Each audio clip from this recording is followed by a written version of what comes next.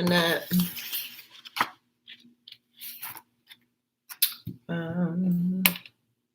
Alexa, play modern gospel. Welcome, Sure. welcome The back. station, Modern Gospel, on Amazon Music. Welcome back to my channel. We are going to go into She Was Made book. We finally arrived to chapter 2.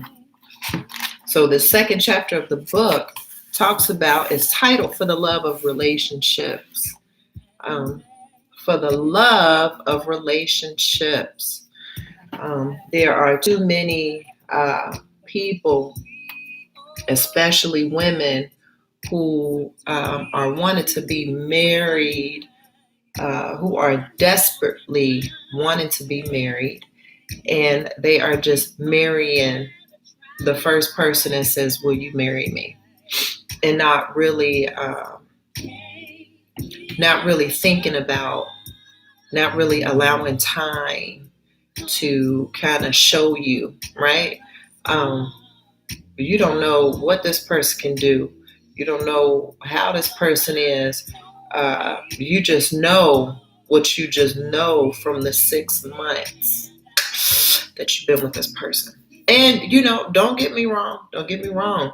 Some people, they find their soulmates in 6 months, a month, a year, 2. However, I will say the majority of people, not even the majority of the people, but there are a lot of people who are getting married for the sake of just saying that I's married, right? For the sake of just saying, look, right? And it's all a facade in a sense. And then all of a sudden they go through of being in that, and they come to a place of, now, you know what, I need to rethink some things. I didn't realize it was going to be like this. And then you've got some who are just holding on for the sake of keeping a show going for other people. Meanwhile, they're unhappy. Their needs aren't being met. It's just a mess. It's just a mess. So before I get into it, as a disclaimer, I'm only an expert when it comes to my life. I'm not a psychologist yet. So, but She Was Made book. This was my first book that I wrote. And it's all about discovering your purpose.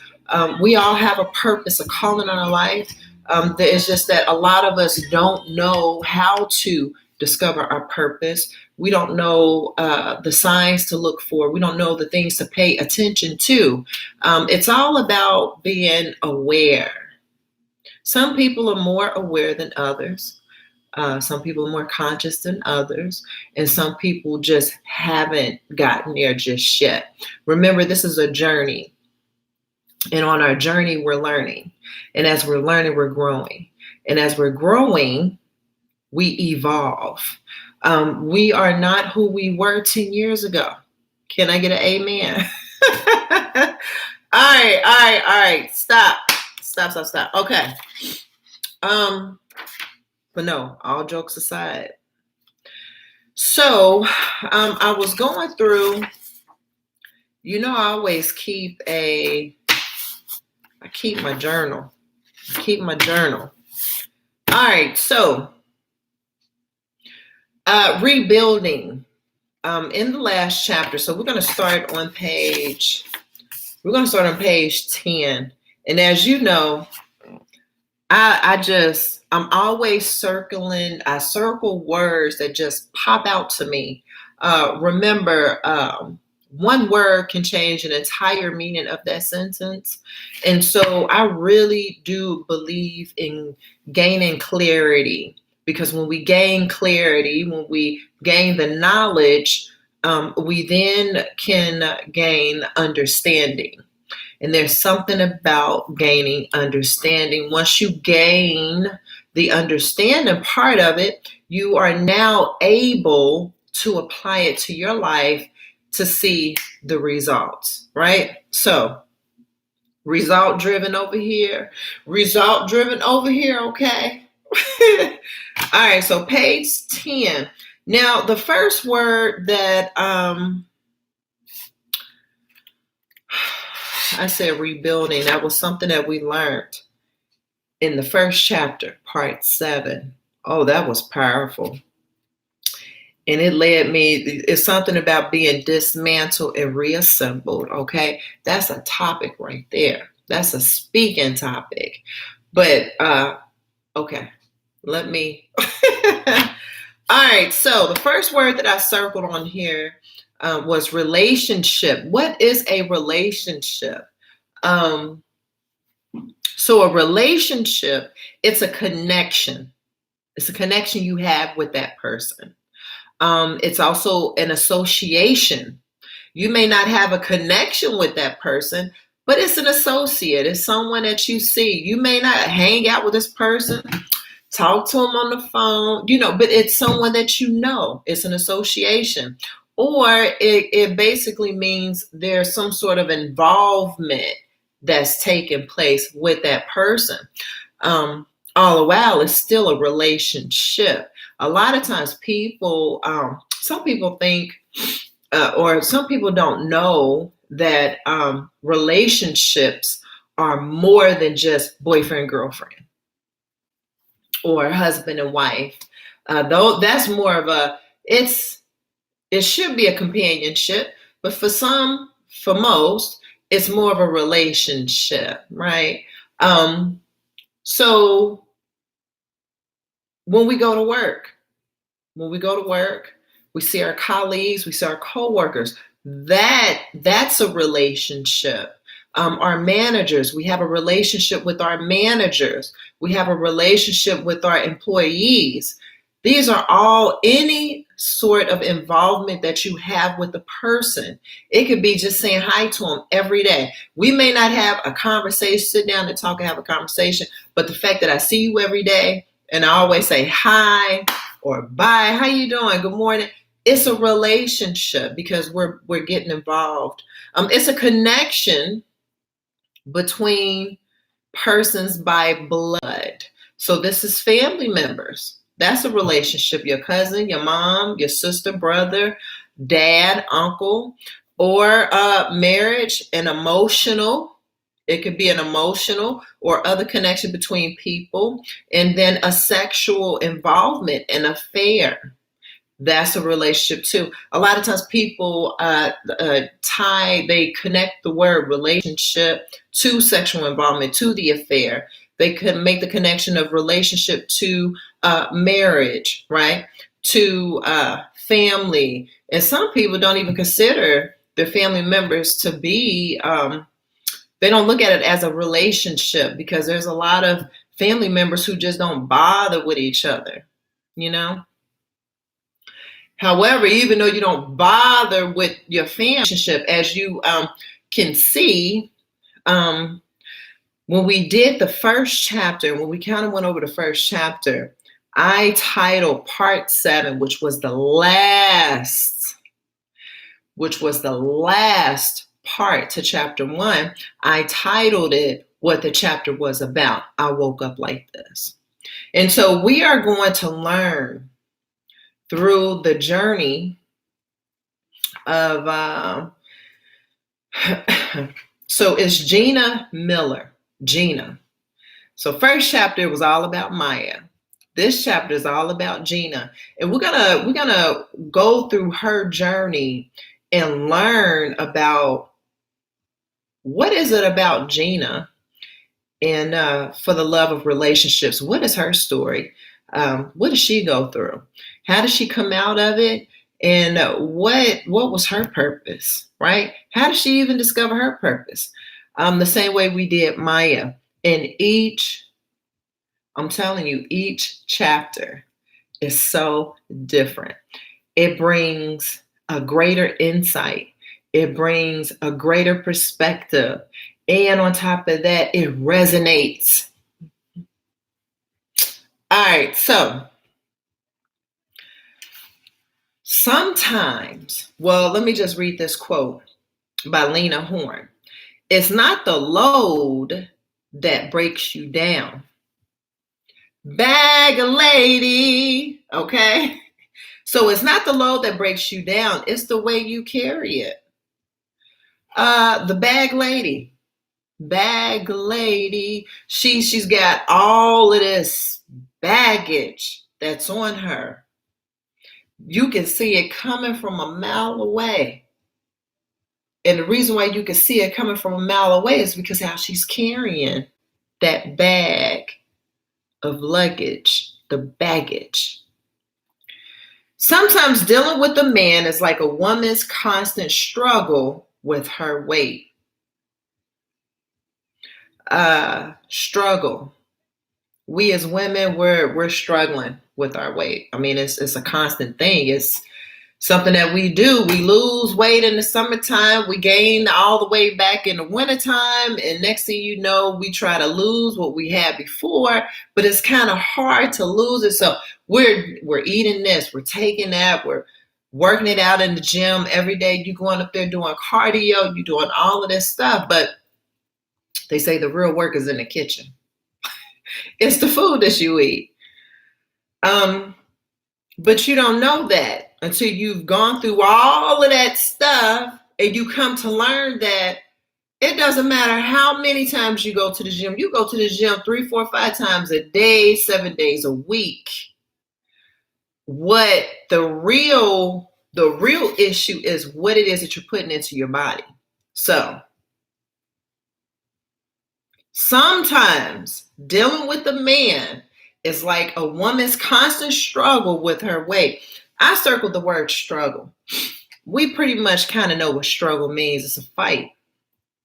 It's to contend, which means struggle in opposition with an adversary or opposing force. Tug of war. You pulling one end, they pulling another, and you going just like this. Sometimes you going all the way, right? And sometimes you end up falling in. Struggle, attempt, battle, combat, conflict, strife, trial, grind, hassle, tussle. These are all the things that are associated with that word. Basically, it's war. It's a fight. We're fighting. So sometimes dealing with a man is like a woman's constant fight with her weight. It's like a constant war with her weight. Just simply dealing with a man is like that. She'll tell herself she's 10 pounds lighter to avoid the truth about her bad habits. Now, how many people you know that are like that? How many people, they don't want to admit the truth? The truth is there. The proof is in the pudding. They see it. They've acknowledged it, but they won't admit to it. So they put up a facade and make it look like it's this when really it's not. You can't hide from self too long because eventually it's going to all come out. You could sit back and be a hermit and try to hide it for 2 years, 3 years, 5 years, 10 years, 15 years. As I saw it with my grandparents, it was like 30 years. And eventually the person filed for a divorce. So, I mean, you could sit back at like a hermit and act like everything is all good when it's not. And listen, eventually it's going to come out. It may not come out today, but it's going to come out. So I circled the word avoid. Why is it that we want to avoid certain things? And what does avoid really mean? It means to keep away from, to keep clear, to prevent from happening. We don't want certain things to happen, so we just avoid them. We don't go that way. I'm not going that, no. I already know what's going to happen. I'm not going down that road. The truth. Truth, the true or actual state of a matter, accuracy, authenticity. We don't want to be authentic. Everyone talks about being authentic and being unapologetically you. Listen, you get into this relationship and it didn't work out. It's okay. It's okay to get out of it. So what?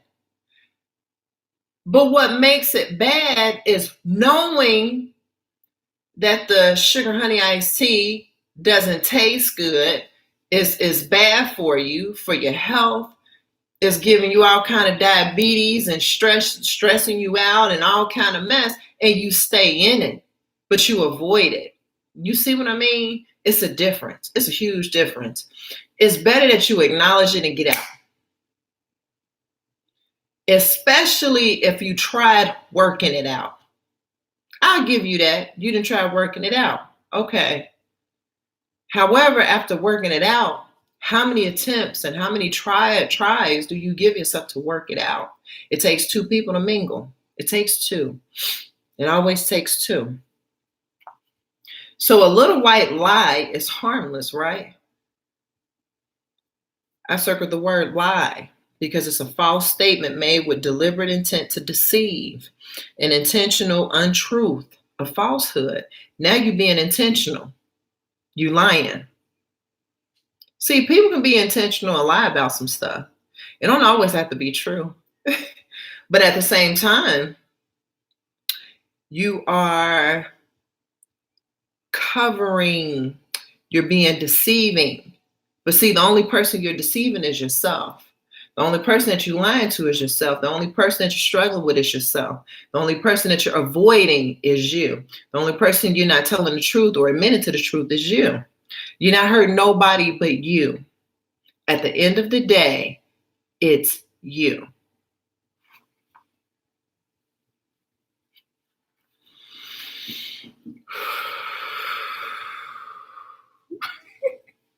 So this is why they say you do yourself a disservice by not being you, by not acknowledging those things, by not admitting to what is really going on, right? The finger isn't pointed at him. It's not pointed at her. It's really pointed at you. You could keep the charades up for so long, but eventually you're going to get tired. The whole deceit, the deception, the dishonesty, the disinformation, the fabrication, the fiction, the forgery, the inaccuracy, that all of this stuff that you're creating, you're doing yourself a disservice for the love of relationships. Hello. See, no one wants to really be honest, and no one wants to really dig and uncover. There's a root cause to everything. There's a root cause to why we do what we do. It's a root cause to everything that we do. The question is, why do we do it? The question becomes, and what needs to be answered is why. In order to be able to fix a problem or solve a problem, we have to know what the answer is. And if we never figure out the answer, we're going to always be open to doing ourselves a disservice. And if we're doing ourselves a disservice, listen, you fill in the blank. Because you know exactly what I'm talking about. You fill in the blank. So now, until the fibbing suddenly becomes a stark shock on the scale, and it is time for a reality check, starting with the checkup from the neck up. Hello. The reality check is neck up. It's the person you see in the mirror. It's the person that you see in the mirror. That's where the reality check begins. That's where everything begins. It's the person in the mirror. It has nothing to do with the person that you're with. The focal point isn't on the person. The focal point is you. Why are you lying? Why are you deceiving folk? Why are you making it look like it's something that it really isn't? What are you hiding? The smile can go on for so long. You can put up a good smile and make it look like everything is all good. But see, people can see behind the mask. They can see behind the smile. And the way they're able to see behind the smile is the actions, it's the outcomes, it's what's been done, it's what's been said.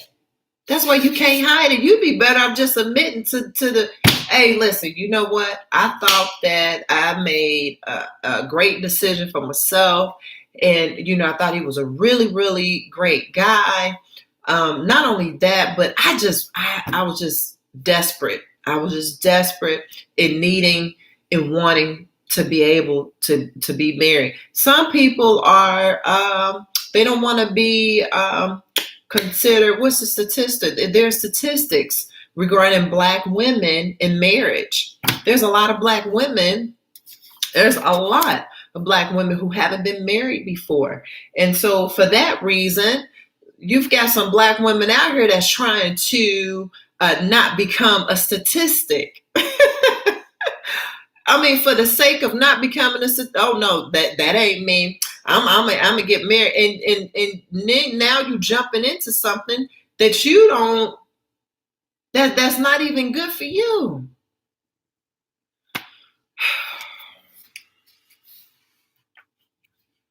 So sometimes on a journey to becoming a gracefully made woman, she must first see herself in the blaring light of truth before she can be the woman she was destined to become. Again, here it is. It's showing up again. For as long as we remain in our way, we will never arrive.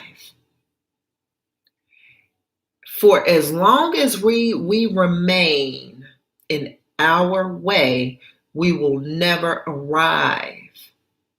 You gotta get out of your way and surrender and say, you know what? Yes, I did this out of desperate. Yes, I made a bad decision. Yes, I've been hiding behind the smile. Yes, I've been hiding behind, but you know what? Your behavior, but I know that my behaviors and my actions, I know what's been done, what's been said. I know that there's some truth to it. I was just embarrassed, or I didn't know how to really accept the truth. A lot of times we don't know how to accept the truth. A lot of times we don't know what to do. A lot of times we haven't figured it out. And so this is why we hold on. This is why we just don't know. We just don't know. But for the love of relationships,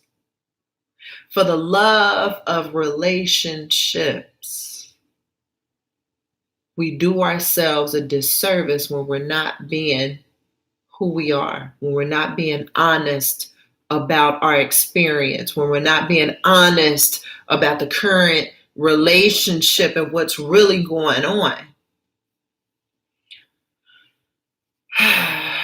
Reality, the state or quality of being real.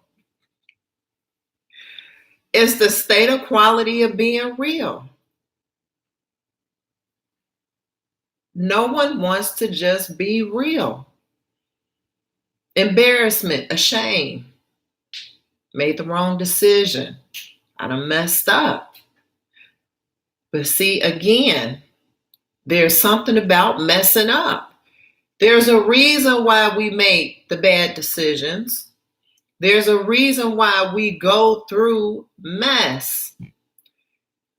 there is so much to learn coming out of. Listen, if you never went through it, how would you know better? You can't just automatically know better simply by not experiencing life, simply by not going through sugar honey iced tea. How are you supposed to do better if you don't know better? And if you don't know better, come on now. Come on. But then again, for the love of relationships,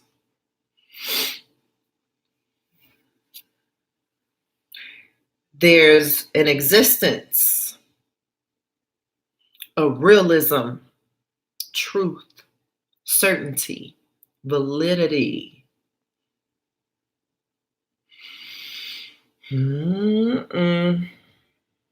Gracefully made woman, gracefully made. I had to look that word up. So I'm like, okay, gracefully.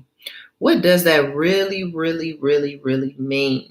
Because it's used throughout the book. Grace. I mean, grace made woman. I think that was in the first chapter. Now we've got gracefully made again. And gracefully, this is graceful. Characterized by elegance, beauty of form, manner, movement, or speech, elegant, beautifully, easily, graciously, neatly, delicately. You get the gist of it. What gracefully, it's basically, I want to say perfect. But you know what? There's perfection that happens being imperfect. There's something about the imperfection phase. When the imperfection phase takes place, perfection beams off of it for some reason. You like, listen, nothing over here is perfect. Because it's now you're coming to, it's almost like you come into a place of, okay, I'm realizing my stuff. It's once you come to a realization, but not only that, but now when you admit it, now you going through the process of it. Remember, there's 3 different stages that happens in the process. Okay, so we've acknowledged it. We're now going through it. We're going through the process of it, and there is perfection in our triumph. People are aware of my story. I finally came out and been honest. You know what? This is what's been going on. This is why, and this is what I've learned. And so there's perfection in that piece. Favorably, gracefully, which kind of led me to God's grace. And it's God's unmerited favor or reward. That's why I say favor ain't fair. Favor ain't fair. So she can experience the same shock when dealing with an unfaithful man. So let me just go back. We're in the first paragraph now. So going back, until the fibbing suddenly becomes a stark shock on the scale, and it's time for a reality check, starting with the checkup from the neck up. She can experience the same shock when dealing with an unfaithful man. Unfaithful, cheating, untrue, disloyal, unfaithful. So just this little piece here had led me to learning about God's grace. And I read some of God's grace, but to sum it all up, it's the unmerited favor that you have. It's the favor, you didn't do anything. You didn't have to do anything. And all of a sudden, he's favoring you. All of a sudden, something just good happens out of nowhere. Like, what did I do to deserve this? Where did this come from? Moving on into the second chapter, let's take a walk in the shoes of Gina. Now, Gina This is the breakdown of what she looked like. For the love of relationships now. So Gina, see if she can discover the way to be gracefully made woman. There go that word again, gracefully. Gina was biracial, half black and half white. She had a beautiful, flawless complexion with naturally yellow tones. She was perfectly made from her eyes to her nose to her lips, as if an artist drew her features. So can you imagine this girl? She just looks perfect, don't she? The way that this is explained, she just sounds like everything about her is just on point. Like, period. She's the bomb.com, even though I don't hear that no more, but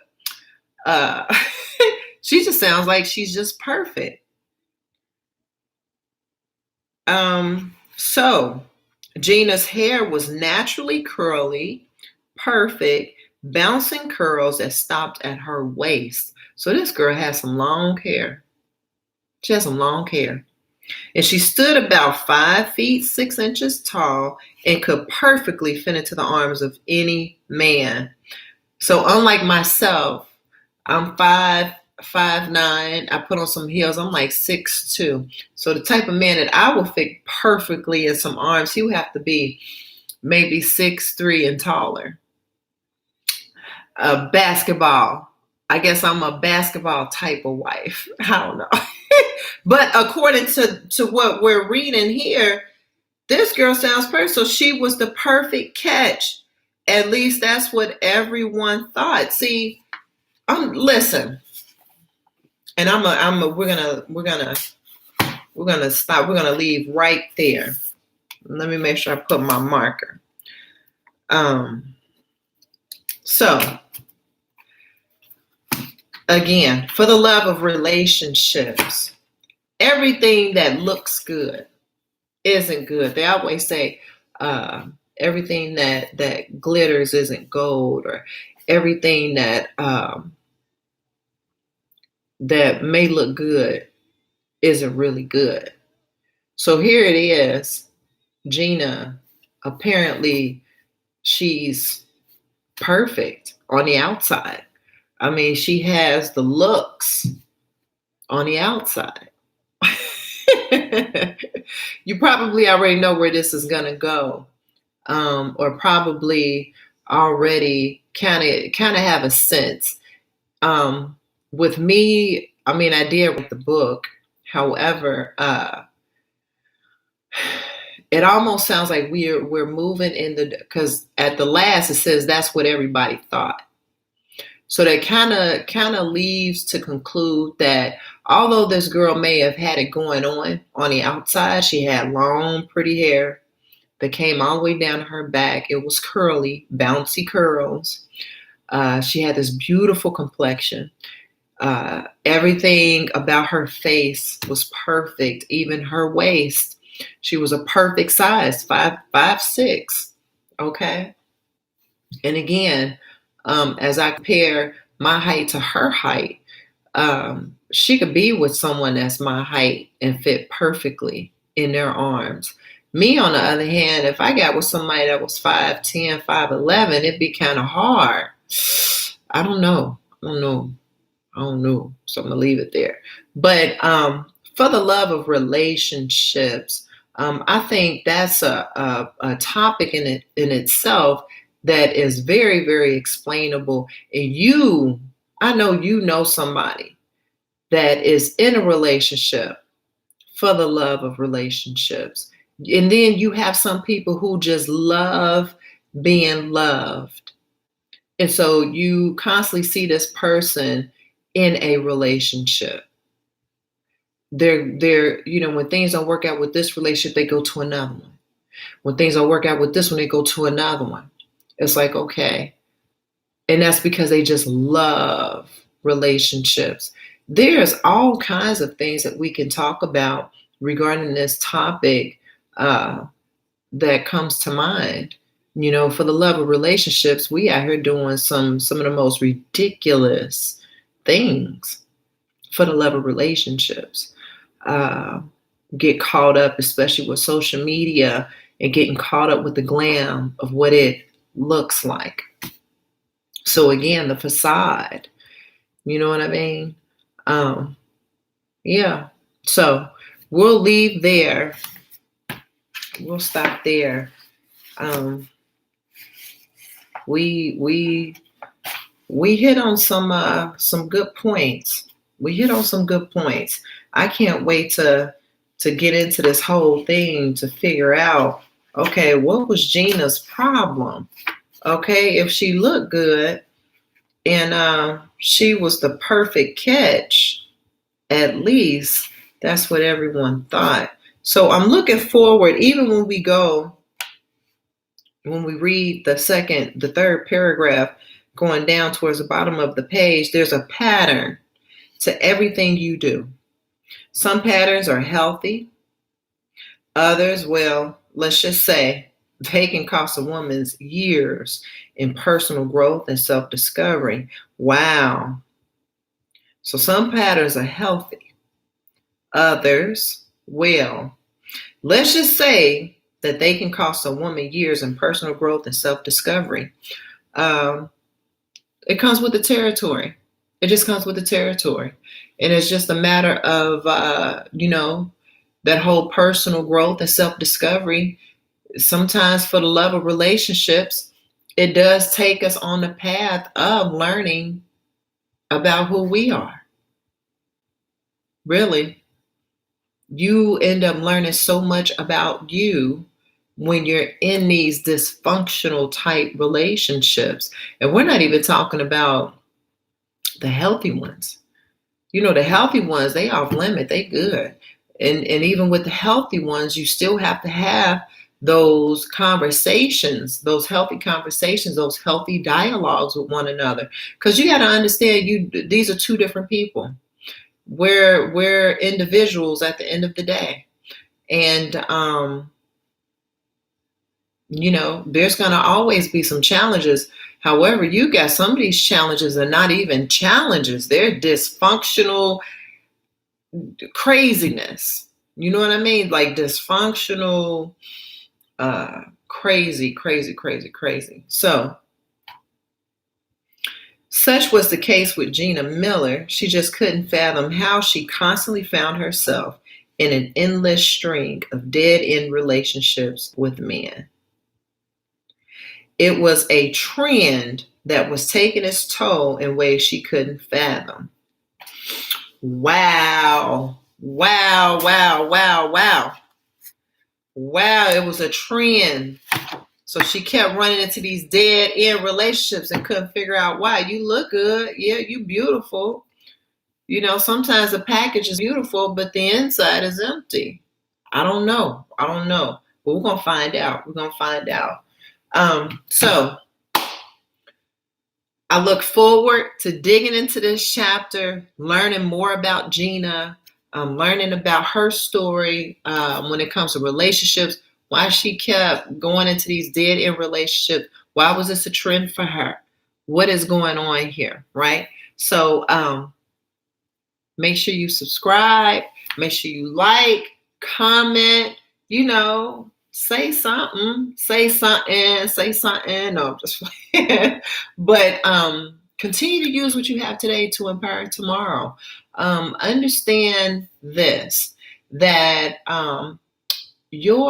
everything that you've obtained thus far, whether it be your knowledge, resources, understand that they're not meant for you to hold on, that they're meant for you to give. You were giving these natural talents and gifts, and some of them, if not, for the most part, you've worked hard to acquire certain skill sets. However, you were still giving.